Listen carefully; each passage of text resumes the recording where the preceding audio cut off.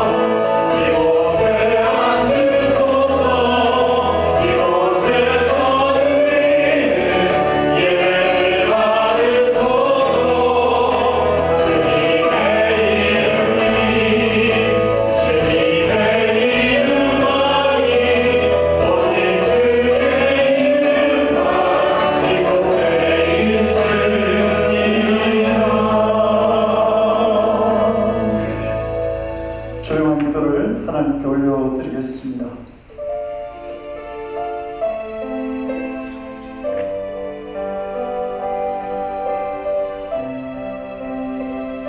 오직 나는 주의 풍성한 사랑을 힘입어 주의 집에 들어가 주를 경외함으로 성전을 향하여 예배하리이다.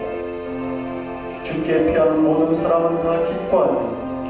주의 부호로 말미암아 영원히 기뻐 외치고 주의 이름을 사랑하는 자들은 주를 즐거워하리이다. 여호와여, 주는 의인에게 복을 주시고 방패로함같이 은혜로 그를 호위하시리이다. 아멘. 사도신경으로 신앙 고백합니다. 전능하사 천지를 만드신 하나님 아버지를 내가 믿사오며 그의 아들 우리 주 예수 그리스도를 믿사오니 이는 성령을 잉태하사 동정녀 마리아에게 나시고 본요 빌라도에게 고난을 받으사 십자가에 못 박혀 죽으시고 장사한 지 4일 만에 죽은 자 가운데서 다시 살아나시며 하늘에 오르사 전능하신 하나님 우편에 앉아 계시다가 저희로서 산 자와 죽은 자를 심판하러 오시리라. 성령을 믿사오며 거룩한 공예와 성도가 서로 교통하는 것과 죄를 사하여 주시는 것과 몸이 다시 사는 것과 영원히 사는 것을 믿사옵나이다. 아멘. 자리에 앉아주시기 바랍니다.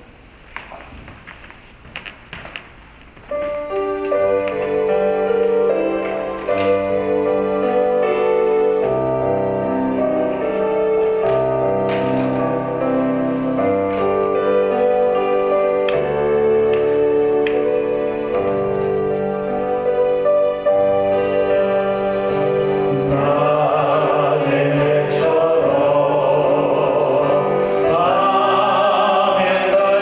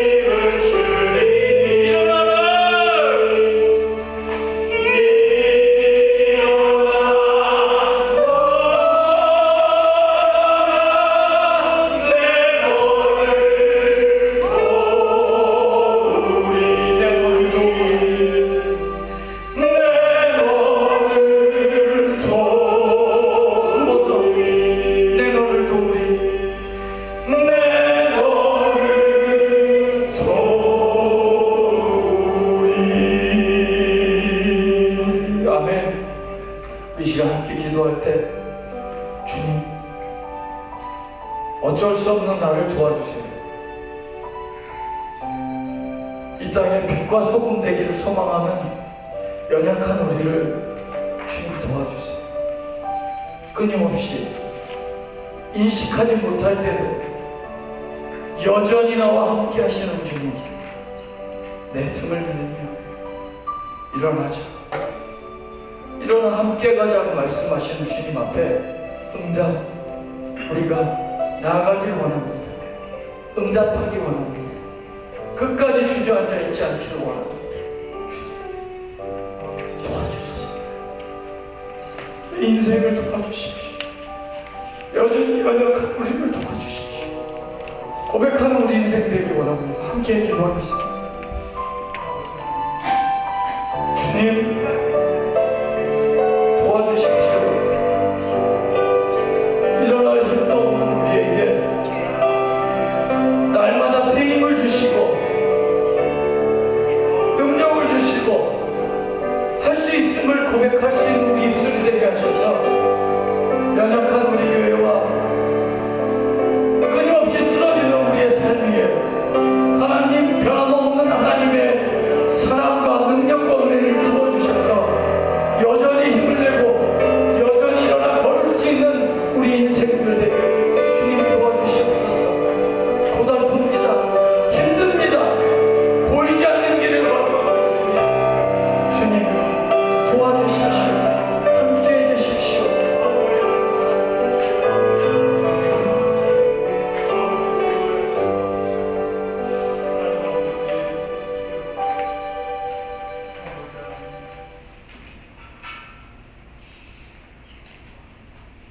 그리스도의 평강이 너희 마음을 주장하게 하라.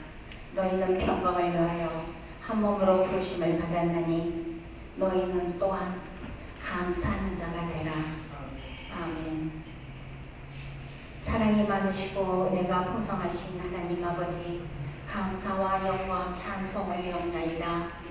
우리에게 선한 길로 인도하여 주신 감사드리옵나이다. 복 있는 사람은 악인의 길을 쫓지 아니하며 죄인의 길에 서지 아니하며 오만한 자리에 앉지 아니하는가 한다 하였사오니 그 말씀을 따라 오늘도 건강한 모습으로 교회에 보이게 하여 주시는 감사와 영광 찬송을 위하옵나이다. 한 주간도 말씀대로 살기에 힘썼지만 연약하고 끈기와 인내와 믿음이 부족하고 없었기에 남 탓하기에 바빴고 더불어 손으로 믿음으로 선을 행하지 못했습니다. 용서하시옵소서. 회개합니다. 아버지께서는 의인을 부르러 온 것이 아니라 죄인을 불러 회개시키려 왔노라고 말씀하셨습니다. 그 말씀을 의지하며 이 시간 부족한 죄인이 기도하오니 우리의 죄를 깨끗게 씻어주시고 정결한 마음으로 정성을 다하여 예배드릴 수 있도록 성령 하나님께서 함께하여 주시옵소서. 성령 안에서 새 힘을 주시옵소서. 새롭게 하시옵기를 간절히 기도드리옵나이다. 우리 늘 푸른교회 주님의 말씀이 늘 살아 움직이며 주님의 말씀이 놀랍게 역사하는 능력 있는 살아있는 교회가 되기를 간절히 기도드리옵나이다. 다시 새롭게 변할 수 있도록 인도하여 주시옵소서. 여호와는 나의 빛이요 나의 구원이시니 내가 누구를 두려워하리요. 여호와는 내 생명의 능력이시니 내가 누구를 무서워하리요. 말씀에 의지하며 담대히 시험을 이겨내는 자 되게 하시옵소서. 하나님의 말씀을 묵상하고 들을 때 온유함과 순종하는 자 되게 간절히 기도드리옵나이다. 우리 늘 푸른교회 성도님들 가정과 사업체 위에 축복하여 주시옵소서. 작은 공동체이지만 서로 협력하여 선을 이루게 하시옵소서. 우리 모두가 알복이 되기를 소망하옵나이다. 또한 우리 교회에서 섬기는 선교지에도 항상 주님의 거룩한 은혜가 아름다운 열매 맺기를 기도합니다. 열악한 환경 속에서도 눈물로 기쁨으로 단을 거둘 수 있는 귀한 선교지가 되기를 기도합니다. 이 예배를 위하여 인도하시고 수고하시는 손길에도 주님의 축복이 충만하기를 기도합니다.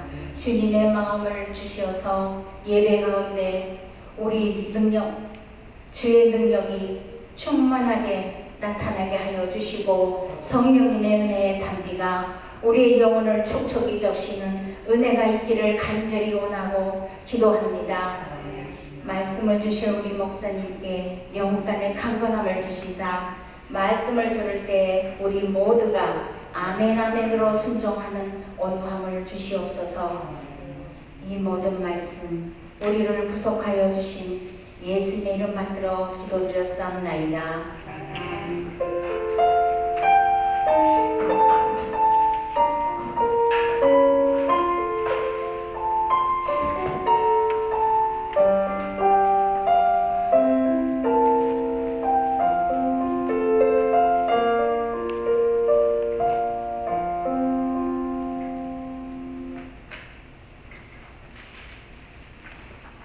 오늘 우리에게 주신 하나님 말씀 시편 23편 5절 말씀을 같이 한 목소리로 읽겠습니다. 시편 23편 5절 말씀입니다. 같이 읽겠습니다. 시작. 주께서 내 원수의 목전에서 내게 상을 차려주시고 기름을 내 머리에 부으셨으니 내 잔이 넘치나이다. 아멘. 잠깐 기도하겠습니다. 좋으신 하나님, 오늘도 저희들에게 복된 주일을 허락하시고 이제 하나님을 예배하는 자로 세우시니 감사드립니다. 아버지 하나님, 이제 예배 중에 말씀하시는 하나님의 음성을 듣겠사오니 믿음으로 받아들이게 하시고 그리고 내 마음속에 떨어진 그 말씀의 씨앗이 나를 움직이고 나를 능력 있는 삶으로 인도하는 복된 말씀이 될 수 있도록 이 시간 우리의 심령을 주장하여 주시옵소서. 감사드리옵고 예수님 이름으로 기도드립니다. 아멘. 지금 미국은 지난 금요일부터 야구 월드 시리즈가 진행되고 있습니다. 예전에 메이저리그 밴드 애슬레틱스 팀에 제미스카 브라운이라고 하는 포수가 있었습니다. 그런데 그는 야구 선수로서 치명적인 약점을 가지고 있었는데 그의 몸이 260파운드에 달하는 고부의 몸을 가지고 있다는 사실입니다. 그래서 그는 다른 야구 선수는 2루나 3루로 갈 수 있는 그러한 장타를 쳐도 한 번도 그렇게 1루를 넘어서 2, 3루를 가본 적이 없습니다. 한 번은 그가 이제 방망이를 들고 타석에 들어서면서 생각합니다. 오늘은 반드시 1루를 지나서 2루로 내가 가버리라. 그리고는 날아오는 공을 투수가 던진 공을 쳤는데 순간 장타다 하는 느낌과 함께 그가 달리기 시작합니다.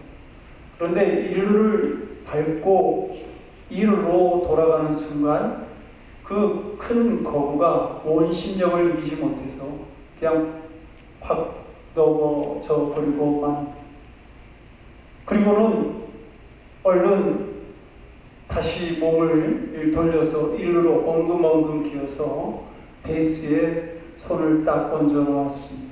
그리고 심판을 주심을 봅니다. 주심이 아웃이든 세이프든 선언을 해야 되는데 그것은 선언을 하지 않고 스카 브라운이라고 하는 이 선수를 멀뚱멀뚱 쳐다보고 있는 겁니다. 그러자 그 다른 편 선수가 와서 이 브라운에게 말합니다. 야, 너 지금 홈런 쳤어? 그러자 이 브라운이 표면적게 일어나서 2루로 돌기 시작하죠. 그러자 다른 상대방 선수들이 응원을 하면서 이제 3루로 가. 그리고 그는 홈을 밟게 됩니다. 이 브라운 선수가 나중에 해고하기를 내가 야구 선수로 있을 때에 제일 창피했던 순간이 바로 그 순간이었다. 이렇게 말합니다. 성도 여러분, 우리가 믿음 생활하면서 그럴 때가 있지 않습니까? 우리의 그리스도 되시는 예수님께서 십자가에서 우리의 죄를 다 사하여 주시고 우리에게 죽음을 이기는 그 부활의 생명을 허락하셨는데 그 홈런의 능력을 갖고 있는 우리들이 1루와 2루 사이에서 방황하고 있지 않느냐라고 하는 겁니다. 하나님이 나의 목자 되셔 하나님이 내 삶을 인도하시지 그렇게 고백은 하는데 여전히 마음속에서 불안해하고 답답해하고 허둥거리고 그러한 삶을 살아가고 있지는 않는가 하는 것입니다. 예수 그리스도의 십자가의 능력이 내 삶에 들어와 있는가 하는 겁니다. 저는 며칠 전에는 아마 이 시간에 잠을 자고 있었을 겁니다. 그곳에는 밤이고 새벽이고 사람이 활동하지 않는 시간이니까요. 그러나 저는 지금 이 땅에서 밝은 햇살 아래서 여러분들과 함께 예배를 드리고 있습니다. 우리의 신앙이라고 하는 것도 그런 것 아닐까요? 예수님을 믿기 전에는 어떤 어두운 삶을 살았다 할지 모르지만 그리스도의 진리 안에 우리가 들어오면 영원한 생명을 가지고 살아간다고 한다면 거기에 맞는 삶을, 능력 있는 삶을, 홈런을 치는 삶을 우리가 살아야 한다고 하는 것입니다. 본문에서 다윗은 자신에게 원수가 있다 이렇게 말합니다. 히브리어 성경에서 이 원수를 쪼레라고 하는데 단수가 아니라 복수입니다. 그러니까 다윗에게는 한 명의 원수가 있는 것이 아니라 여러 명의 원수, 여러 부류의 원수가 있었다는 말입니다. 그를 핍박하는 형제들이 있었고 자신을 죽이려고 쫓아다니는 사울왕이 있었습니다. 한 번은 그가 사울왕을 피해서 가드왕 아기스에게로 피하였는데 그 아기스의 신하들이 다윗을 모함해서 죽이려고 하죠. 그것도 다윗이 대적해야 될 적들이었을 것입니다. 다윗이 개인적으로만 이런 적들이 있었을까요? 아니요. 그가 국가적으로 한 나라의 왕으로 있을 때도 수많은 적군과 싸워야 했습니다. 시편 23편은 주로 성전에서 예배드릴 때 그럴 때 부르던 온 백성들과 함께 부르던 찬양입니다. 그러니까 여기서 말하는 원수라고 하는 것, 그러니까 백성들이 이 시편 23편을 찬양하게 될 때에 원수라고 했을 때 그것은 개인적인 원수라기보다는 국가적인 원수로 말할 수 있는 것이죠. 그러니까 다윗은 개인적인 원수도 있었지만 공동체적인 원수 또 국가적인 원수도 함께 있었던 겁니다. 다윗이 상대해야 될 수많은 원수가 있었던 것처럼 우리도 상대해야 할 수많은 원수가 또한 있습니다. 우리의 삶은 힘든 일로 채워져 있고 그리고 감당할 수 없는 시련들이 우리가 살아가는 삶에 예고도 없이 나타나기도 합니다. 그런데 이렇게 뭔가 알 수 없는 힘든 일들이 우리 앞에 갑자기 나타나게 되면 우리의 삶은 얼마나 힘들고 당황스러운지요. 노르웨이 출신의 화가 에드먼드 뭉크 하면 거의 본능적으로 사람들이 절규라고 하는 그가 그린 그림을 생각하게 됩니다. 앞에 나와 있는 우리가 저 그림을 기억하게 되는데요. 절망적인 공포를 담아낸 저 그림을 보게 된 사람들은 정말 잊을 수 없기 때문이죠. 문구의 집안은 노르웨이 명문 가문이었고 그 집안에는 예술가, 작가, 주교, 뛰어난 역사가들이 많이 있었습니다. 아버지가 의사였던 그의 가정 역시 윤택한 가정이었음에도 불구하고 이 문구는 일찍부터 삶은 비극적일 수 있겠다라고 하는 것을 깨닫게 됩니다. 왜냐하면 그가 5살 때에 어머니가 폐결핵으로 떠나게 되고 또 누나인 소피는 그로부터 9년 후에 세상을 떠납니다. 다른 형제들도 30살을 넘기지 못하고 죽음을 맞이하고 또 다른 부인은 정신질환으로 고생을 하죠. 문크는 늘 자기도 언제 죽을지 모른다라고 하는 그런 공포를 안고 살았습니다. 그래서 그는 이렇게 말합니다. 질병, 정신이상, 죽음이라고 하는 검은 천사들은 나의 요람을 넘겨다 보았을 뿐만 아니라 일평생 나를 따라다녔다. 이렇게 문크가 자신의 삶을, 우리가 살아야 될 삶을 공포스럽게 바라본 것처럼 우리의 앞에도 삶을 불안하게 만드는 많은 대적과 질병들이 있고 어쩌면 그런 것들은 갑작스럽게 우리에게 찾아와서 우리를 당황스럽게 고통스럽게 만드는 것이죠. 다람쥐 쳇바퀴 도는 삶이라고 하는 것, 그것이 참으로 다행스럽다, 감사한 것이 아닌가라고 느껴질 정도로 우리의 삶에는 예고 없이 찾아오는 고난들이 있습니다. 성도의 삶을 살아가는 것 또한 고난의 삶을 살아간다는 것과 특별히 다르지 않을 것입니다. 예수님은 우리가 믿음의 길을 갈 때에 져야 될 십자가가 있다고 말씀하죠. 예수님을 우리가 따라가기 위해서 우리의 시간과 물질과 노력을 들여하고 우리의 믿음의 길을 가로막는 마귀와의 영적 싸움도 해야 합니다. 이 피할 수 없는 싸움들이 우리를 힘들게 만듭니다.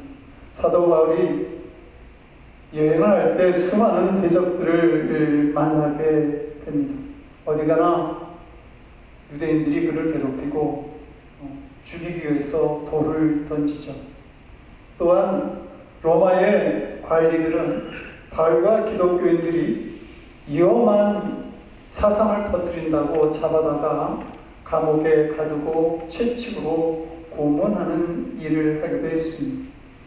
바울이 복음을 가지고 믿음을 가졌다는 이유로 이렇게 힘든 일을 당한 것처럼 오늘날에도 우리가 믿음을 가졌다는 이유로 보이지 않는 차별과 어려움을 당할 수 있습니다.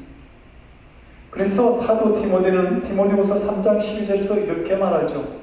무릇 그리스도 예수 안에서 경건하게 살고자 하는 자는 그리스도 안에서 경건하게 너희가 살고자 하느냐? 그러면 박해를 받으리라. 우리가 신앙생활을 제대로 하고자 한다면 그것 때문에 핍박을 받을 수 있다는 말입니다. 온수 마귀는 우리가 예수님을 예배하고 믿는다는 사실만으로 우리를 미워하기 때문이죠. 더구나 다윗이 온수라고 생각했던 적들은 다 다윗보다 강한 자들이었습니다. 아마 다윗이 힘이 더 세었다고 한다면 그들을 원수라고 말하지 않았을 것입니다. 다윗을 죽이려고 했던 사울왕이나 블레셋 장수 골리앗 그리고 가드왕 아기스가 다 그런 사람들이었습니다. 한 번은 암몬 왕 아하스가 죽게 되자 다윗이 조문단을 보냈는데 그의 아들 한온 암몬 왕이 이 조문단의 수염을 다 잘라버리고 그리고 그들이 입었던 옷을 엉덩이가 보이도록 자르는 그런 수치를 보이면서 본국으로 돌아보내게 됩니다. 이 일로 인해서 다윗이 이제 이 암몬과의 전쟁을 벌이게 되고 그 전쟁에서 승리하면서 그 암몬 왕이 썼던 왕관을 보게 되는데 다윗이 그 왕관을 내가 쓰겠다고 그렇게 주장합니다. 왜냐하면 그 왕관이 너무도 멋있고 아름다웠기 때문입니다. 이렇게 다윗이 대적했던 모든 적들은 다 강하고 부강한 나라의 적들이었습니다. 그러나 하나님은 이 약한 다윗을 들어서 당신의 사람으로 세우십니다. 우리 하나님은 약한 자의 하나님이시기 때문이죠. 형 가인에 의해서 불의하게 죽음을 당한 그 동생 아벨의 하나님이고 430년 동안 애굽에서 종살이하던 이스라엘의 하나님이며 가난하고 병들었던 거지 나사로의 하나님이셨고 십자가에서 비참한 죽음을 당한 예수 그리스도의 하나님이셨던 것입니다. 연약한 우리의 문제를 살피시는 바로 그러한 하나님이신 것이죠. 성도 여러분, 우리의 문제도 우리가 대적해야 될 원수들이 우리보다 훨씬 큰 힘을 가진 존재들이라고 하는 겁니다.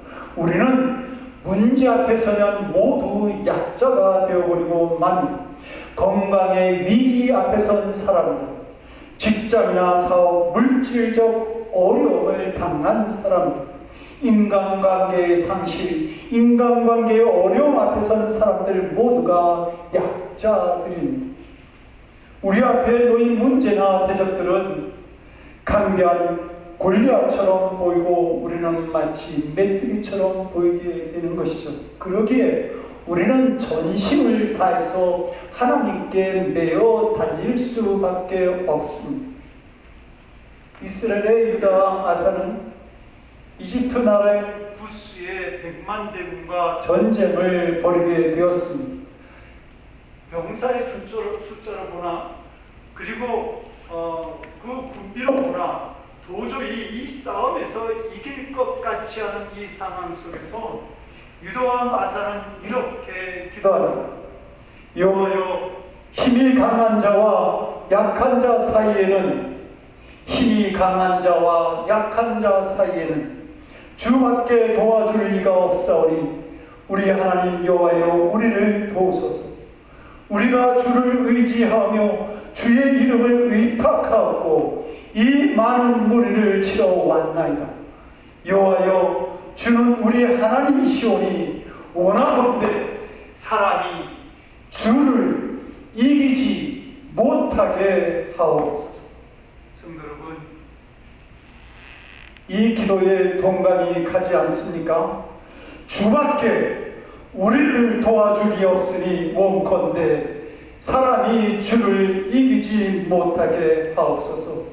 이 아사 왕의 기도가 우리의 기도가 되기를 원합니다. 우리의 약함을 보시는 하나님의 은혜가 지금 우리와 함께 하고 있기 때문입니다. 우리는 강한 원수들 앞에서 전능하신 하나님을 의지할 수밖에 없습니다.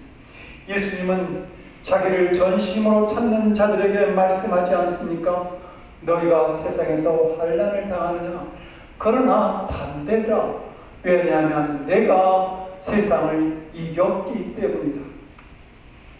다윗은 자신보다 강한 원수들을 앞에 두고 하나님의 도움을 구할 수밖에 없었을 때 하나님께서 자신에게 상을 베푸셨다고 본문에서 고백하고 있습니다.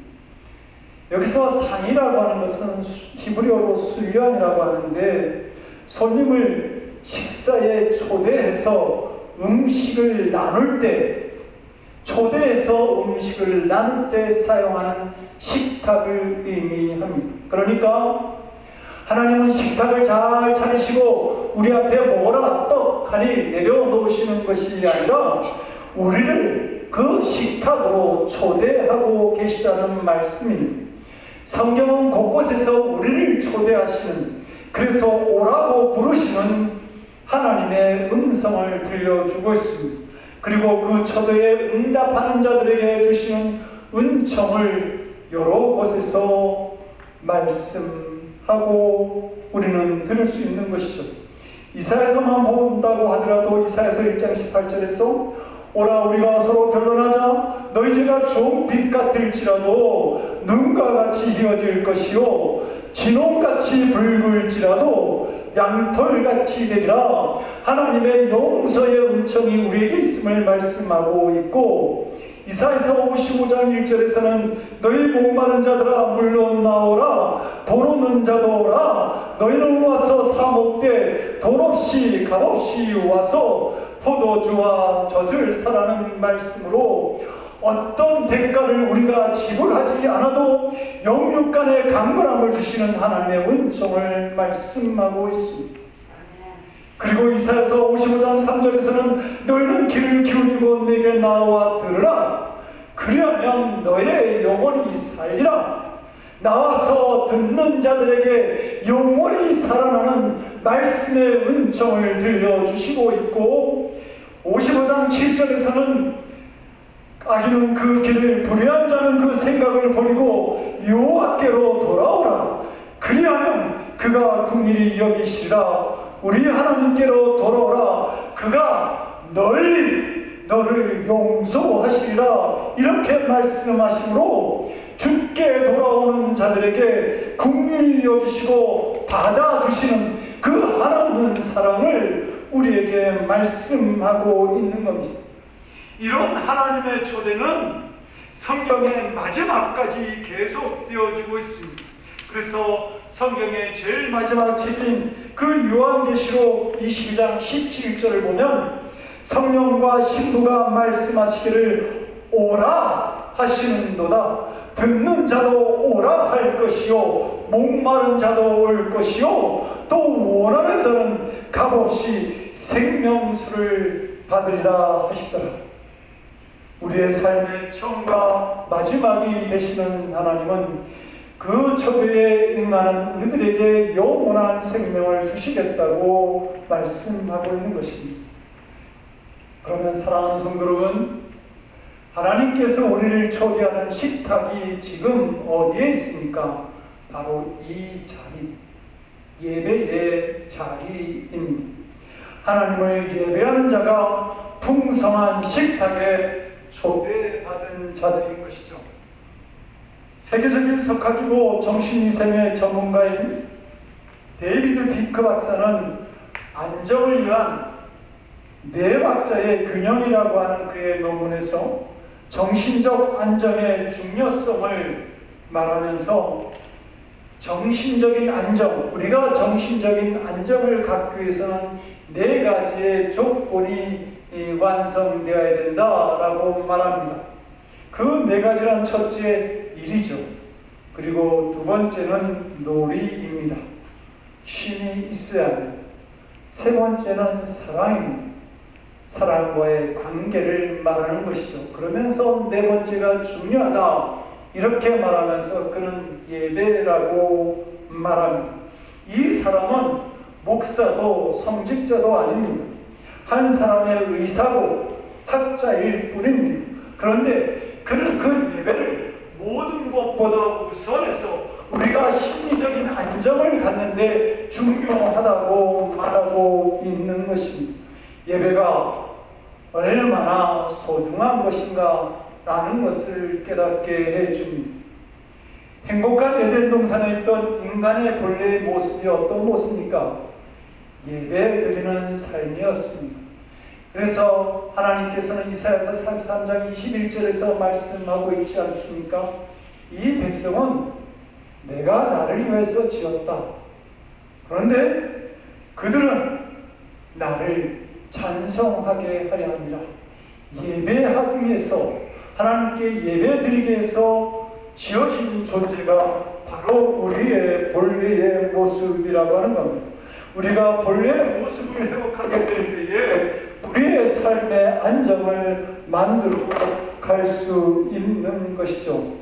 그리고 이 예배드리는 삶이라고 하는 것이 바로 하나님과의 올바른 관계를 갖게 합니다. 그런데 오늘날 우리들의 삶의 가장 큰 문제가 뭡니까? 하나님의 관계의 문제에 금이 가 있다라고 하는 겁니다.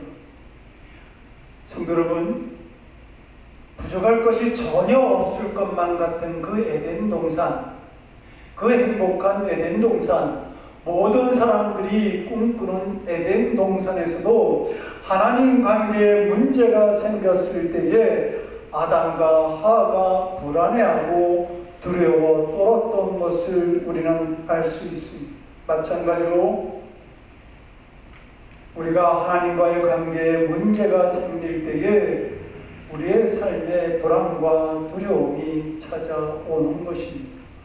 문제를 보는 것이 아니라 하나님을 바라볼 때에, 그리고 하나님과의 올바른 관계가 정립되어질 때에 우리는 방황하지 않습니다. 두려워하지 않아도 되는 것입니다. 다시 시편 23편 1절에서 나에게는 부족함이 없다 이렇게 말할 수 있었던 것도 하나님과 자신과의 관계가 양과 목자의 관계임을 분명하게 알고 그 관계로 살아가고 있었기 때문입니다. 어디를 가든지 목자 되시는 하나님을 신뢰하고 따라갈 수 있었기에 다윗은 넉넉한 삶, 풍요로운 삶을 살아갈 수 있었던 것이죠. 그런데 예배가, 우리가 드리는 예배가 하나님과의 올바른 관계를 만들어 간다고 하는 사실입니다.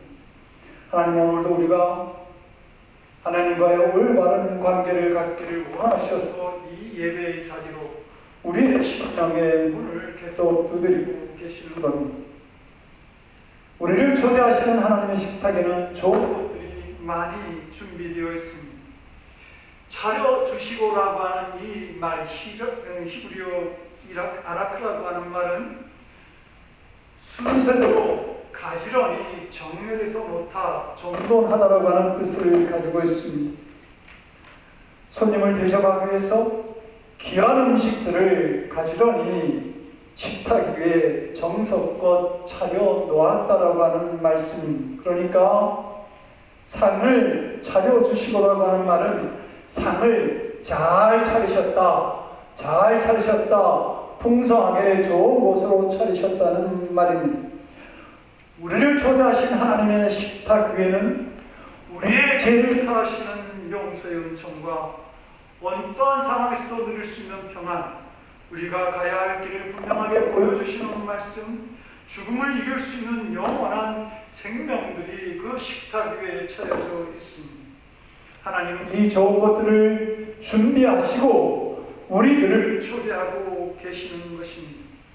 성도 여러분, 하나님이 우리를 이 은총의 식탁으로 초대하시고 우리의 영혼을 부유하게 만드시는 이유가 무엇입니까? 우리를 존귀하게 여기시기 때문입니다. 다윗은 본문에서 하나님께서 자신의 머리에 기름을 부으시는 분이라고 말합니다. 먼지가 많은 중동의 지방에서는 귀한 손님이 찾아왔을 때 종경의 표시로 머리에 기름을 발랐습니다. 그러면 먼지가 씻기고 그리고 머리에 윤기가 나게 되죠. 그리고 그 단정함으로 인해서 존귀한 자임을 알게 되는 것입니다. 이스라엘의 관습으로는 주인이 그 손님의 머리에 기름을 바를 때 보통 하인을 시켜서 머리에 기름을 바르게 합니다. 그런데 다윗은 오늘 본문에서 하나님께서 직접 내 머리에 기름을 바르셨다고 그렇게 고백합니다. 성도 여러분, 우리가 알다시피 원래 이 기름 부음 받음은 세 종류의 사람들에게 주어진 것 아닙니까? 왕과 제사장과 선지자들입니다. 이들은 이 세상에서 존귀한 자로 하나님께 쓰임받은 사람들이죠. 그러므로 다윗이 하나님께서 자신에게 기름 부으셨다라고 하는 이 표현은 하나님께서 자신을 높이셨다라고 하는 말입니다. 그리고 다윗의 이 고백은 자신의 경험을 통해서 나온 말입니다. 한때 다윗은 아무도 알아주지 않는 어린 아이였습니다. 그의 집에 사무엘 선지자가 왕을 선택하러 갔을 때에 그는 죄에 되어졌습니다.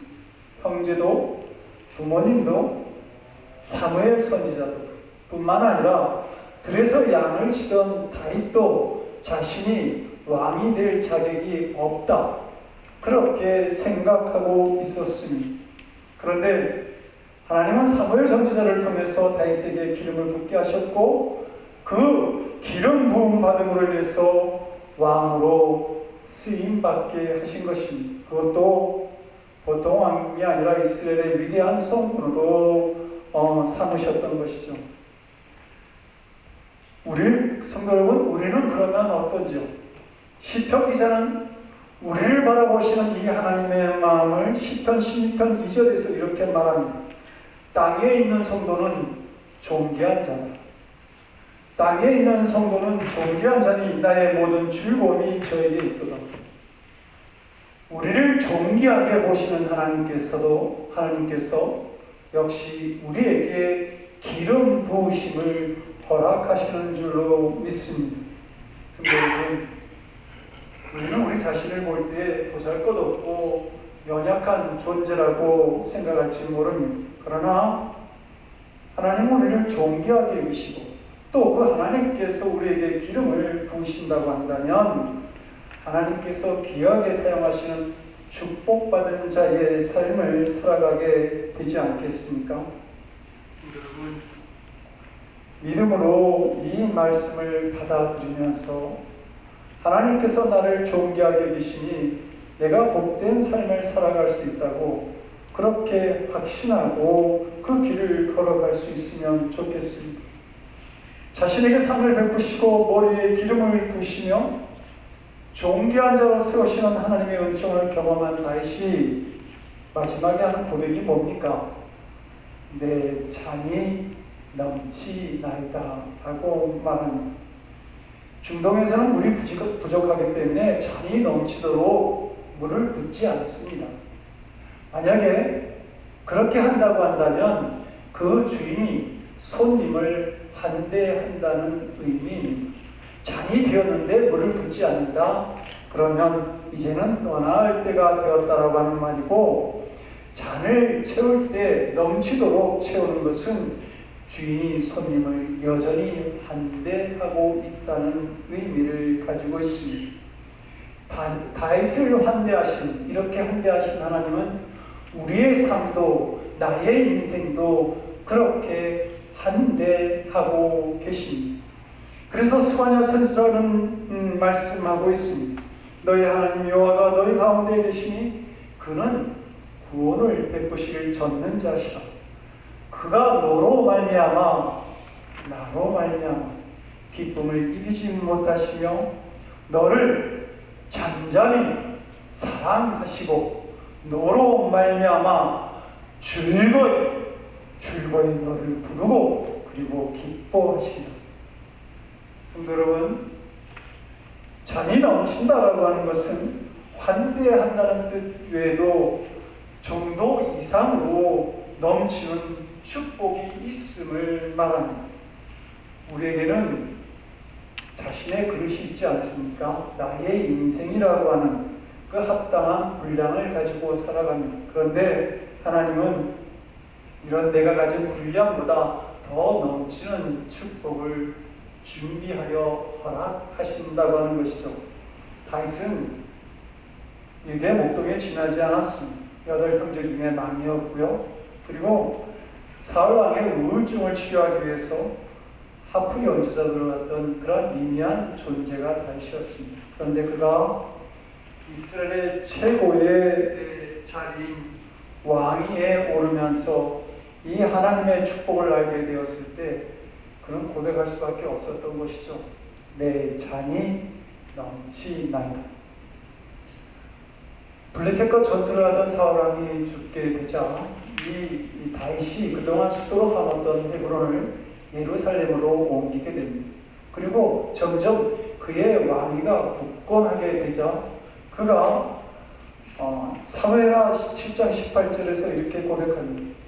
주 여호와여 나는 누구이오며 내 집은 무엇이기에 나를 여기까지 이르게 하셨나이까. 부족한 자신을 자기는 보고 있는데 하나님은 높이 들어서 그를 세웠던 것이죠. 그 하나님의 은혜를 다윗은 보게 된 것입니다. 사도 바울도 이런 고백을 하지 않습니까? 맨 나중에 만삭되지 못하여 난 자 같은 내게도 보이셨느니 나는 하나님의 교회를 박해하였으므로 사도라 칭함받기를 감당하지 못할 자니라. 그러나 내가 나된 것은 하나님의 은혜로 된 것이다. 자신의 모습을 볼 때 그 예수님을 핍박하던 자로 도저히 그 은총을 받을 자격이 없었습니다. 그런데 해방자요, 핍박자요, 폭행자였고 죄인의 개수였던 자신을 다벳의 도상에서 강권적으로 부르시고 구원함을 얻게 하시죠. 그럴 뿐만 아니라 사도로 부르셔서 놀라운 복음을 전하는 자로 세우셨습니다. 바로 이런 감격에 대한 바울의 고백이었던 것입니다. 성도 여러분, 이런 하나님의 은총이 어떻게 다윗과 바울에게만 있을까요? 그들에게만 풍성하게 넘치겠습니까? 우리에게도 찾아오시는 하나님의 은혜인 줄 아니, 탕자가 돌아왔을 때에 아버지는 그를 일꾼으로, 품꾼으로, 하인으로 받아들인 것이 아니라 죽었다가 다시 살아난 그러한 아들로 영접해서 극진하게 대접한 것을 봅니다. 분에 넘치는 대우를 해주신 것이죠. 마찬가지로 탕자와 같은 우리일지라도 하나님의 귀한 자녀로 맞이하시고 머리에 기름을 바르시며 잔이 넘치도록 은총을 베푸시는 하나님의 놀라우신 사랑이 우리에게 있습니다. 이 은혜가 나에게 있음을, 우리에게 있음을 믿고 아멘 할 수 있는 우리들이 되기를 원합니다.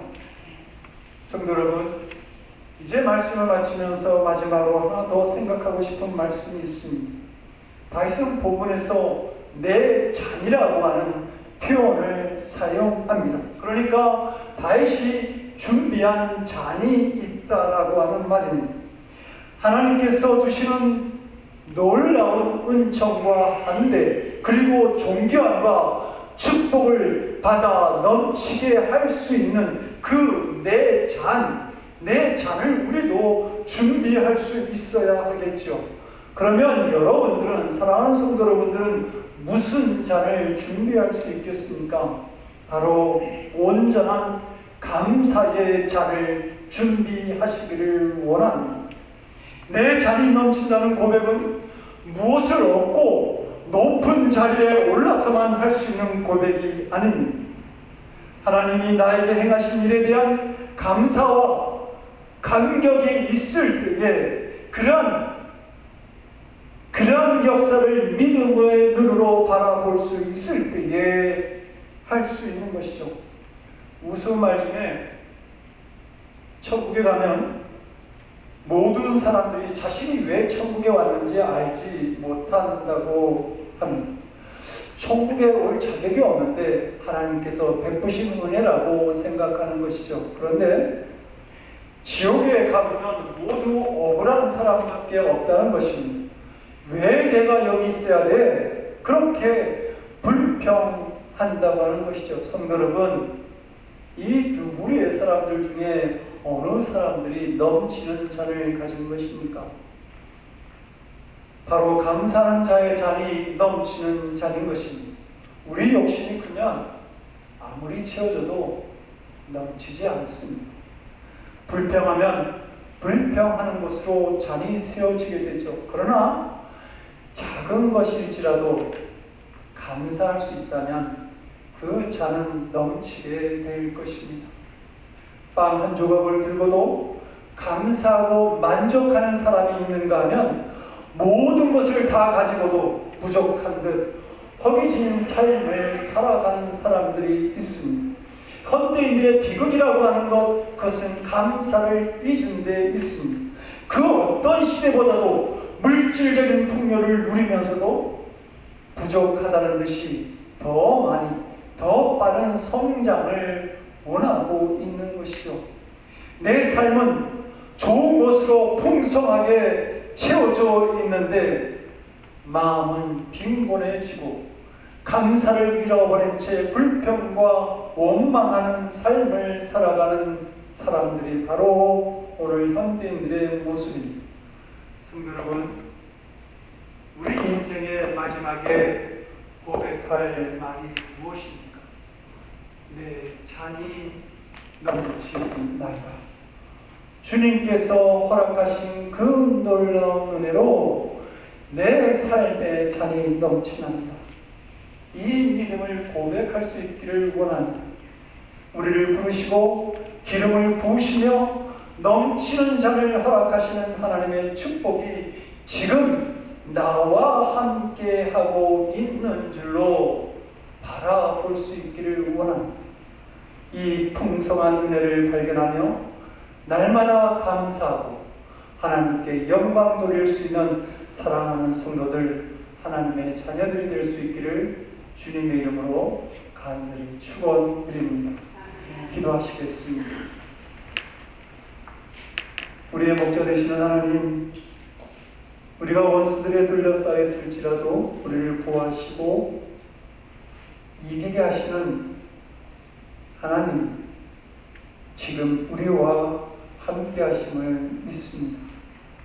우리를 초대하시고 귀한 영적인 은혜를 허락하신 놀라운 그 주님의 은혜를 보고 믿는 자들이 되게 하시고 나를 존귀하게 여기시는 하나님을 찬양하고 감사의 잔을 준비할 수 있는, 언제나 감사의 고백을 할 수 있는 저희들이 될 수 있도록 주님 우리를 도와주시옵소서. 우리의 선한 목자 되시는 우리 주 예수 그리스도를 받들어 간절히 기도드리옵나이다. 아멘. 다같이 292장 주 없이 살 수 없네 찬양하시고 마지막 절이라서 찬양합니다.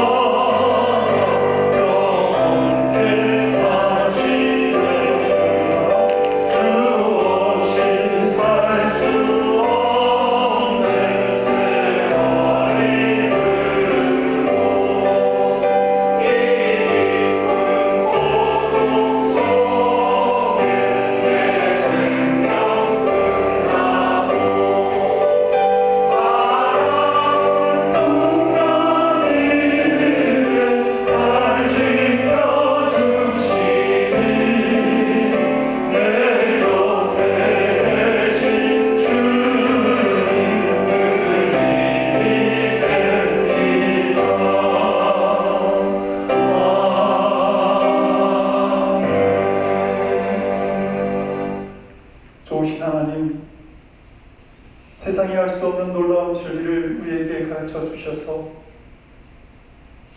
복된 주일 저희들이 주님의 존전에서 하나님을 예배하는 자로 이렇게 찾아오게 하심을 감사드립니다. 아버지 하나님, 우리가 살아가는 이 세상의 삶과 그 시간들 다 하나님께서 역사하시고 허락하신 줄로 믿고 감사하며 이 시간 사랑하는 성도들이 예물을 드렸습니다. 아버지 하나님, 우리에게 필요한 것을 허락하여 주셔서 우리가 물질을 얻게 하시고 또 그 물질을 드릴 수 있는 믿음까지 허락하여 주시니 하나님께 감사를 드립니다. 아버지 하나님, 성도된 우리의 삶을 복되게 하셔서 드릴 줄 아는 당신의 사랑하는 자녀들에게 저들이 필요한 것을 간구할 때마다 허락하시는 놀라우신 은총을 경험하는 사랑하는 성도들 될 수 있도록 주님 은총을 베풀어 주시옵소서. 그리하여 마음껏 하나님께 영광 돌릴 수 있는 하나님의 백성들 되게 하여 주시옵소서. 드린 물질을 통해서도 하나님의 영광이 드러나기를 원합니다. 아름답고 지혜롭고 믿음 가운데 사용할 수 있도록 잘 사용할 수 있는 그 은혜도 저희들에게 허락해 주시옵소서. 감사드렸고 우리 주 예수 그리스도를 받들어 간절히 기도드리옵나이다. 아멘. 자리 앉아 주시기 바랍니다. 사랑하는 여러분, 이렇게 오랜만에 만나면 이렇게 다 아름다워 보이고 참 귀하게 그렇게 보여지는 것 같습니다. 기도해 주셔서 한국 여정 잘 마치고 왔고요. 또 사랑하는 성도 여러분들, 옆에 있는 분들과 뒤에 있는 분들과 그리스도 안에서 아름다운 인사들 함께 주님의 평안을 기도합니다. 반갑습니다. 이런 인사들, 사랑합니다. 이런 인사들을 함께 나누시겠습니다. 사랑합니다. 주님의 평안을 기도합니다. 너무 아름답습니다. 예배 후에 기도 모임을 갖도록 하겠습니다. 이제 이번 주부터 아침 말씀 묵상 나누고요. 다음 주, 돌아오는 주부터 중보 기도 모임을 갖도록 하겠습니다. 10시 30분입니다. 10시 30분에 중보 주일 중보 기도 모임을 갖습니다. 금주는 조동산 조율순 목사님 가정을 위해서 기도합니다. 두 분의 건강함, 마음의 평안, 또 모든 것을 넉넉히 하시는 두 분의 삶이 될 수 있도록 위해서 기도해 주시기 바랍니다. 이제 다 같이 일어나셔서 주기도문 찬양과 축도로 예배 마치겠습니다.